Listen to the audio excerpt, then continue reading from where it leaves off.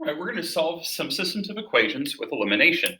Now, you may notice this system from earlier. We solved it with substitution, and you absolutely could solve this with substitution, but it's probably a little bit easier to solve it with elimination. Now, here's the idea behind solving an equation with elimination.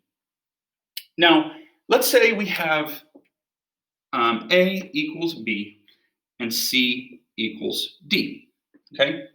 Now, we know that if I say A plus 7 equals B plus 7, then these are going to be logically equivalent, because if I add the same value to both sides, they should still be equal, because I'm adding two equal things to both sides.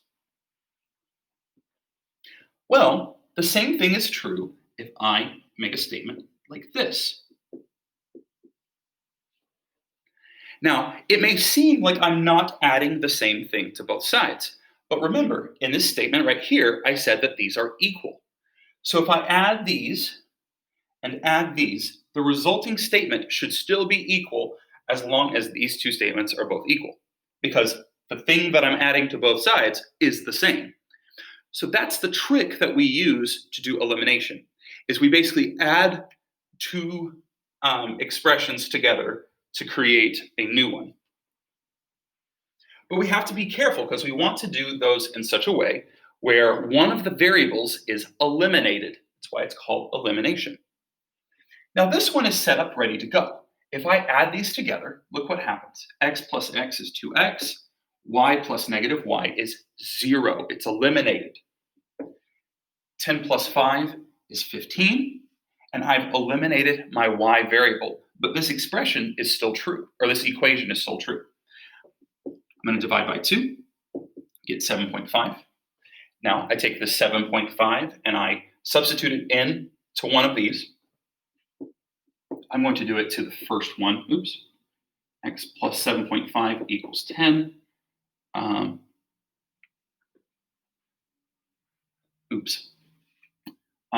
7.5 plus y equals 10. There we go.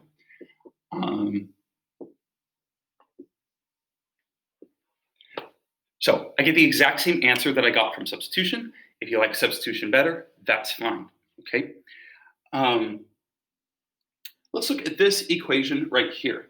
Now, this is honestly an equation that I would have solved with substitution. Why would I have solved it with substitution? Because one of our variables is already isolated. So I could have substituted this for x and moved on. But I want to show you that this is also solvable with elimination. So the first thing we want to do with elimination is we want to get everything lined up. Typically, we put it in standard form, which is x, then y equals some value. So what I'm going to do, I'm going to add 3y to both sides, and I get this. Okay, so this expression should be equivalent to this one. Now, it looks like I'm ready to go ahead and add these down, but there's a problem. If I go ahead and add these down, then nothing is going to eliminate. I'm still going to have x's and y's, which means I'm not any closer to solving than I was to begin with. So to solve with elimination, I need to modify one of these so that they will eliminate. Now, if I were you, I would be dealing with these x's right here. To eliminate 4x, I can simply multiply both sides by negative 4. And I'll get negative 4x minus 12y equals negative 20. So now, let me drop this guy down here. Now I have two equations that I can add and something will eliminate. So when I add negative 4x plus 4x, that's 0. If I add these, I get negative 19y. I add these, I get negative 5. So I divide and I get y equals 5 19ths. All right. So now I can take this and substitute it back. I can substitute it to one of these or one of these. It doesn't matter. As long as I'm plugging it into one of these equations, I'm going to go ahead and plug it in here. X equals 5 minus 3 times 5/19. I'm going to cheat a little bit here. We could have worked this out by hand.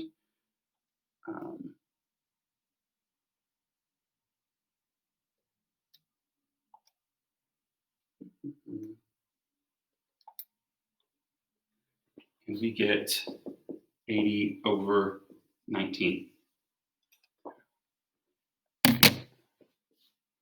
So again, we had to get it in standard form.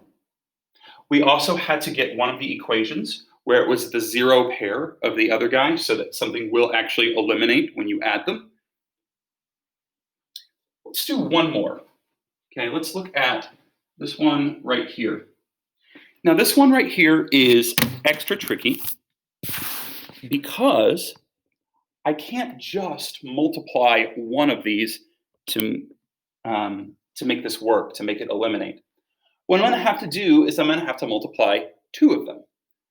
Now, there's a couple options here, but I'm going to work on my x's again. I'm going to see if I can get them both, one of them to equal 6 and the other to equal -6.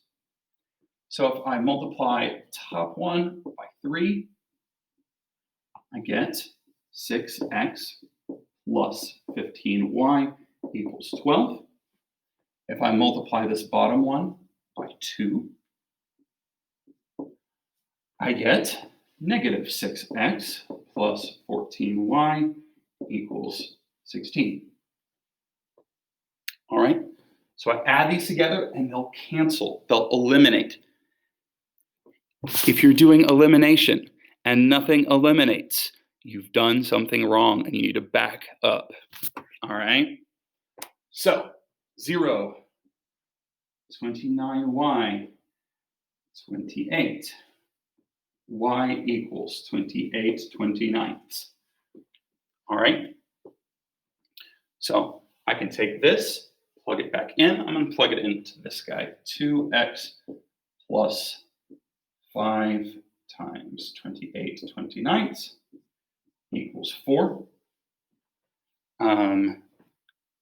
Let's do a little, where's my calculator? There we go. So 5 times 29. So this is 2x plus 173/29.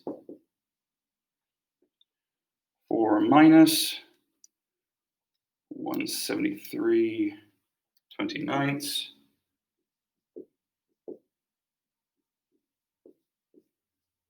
And then we divide by 2.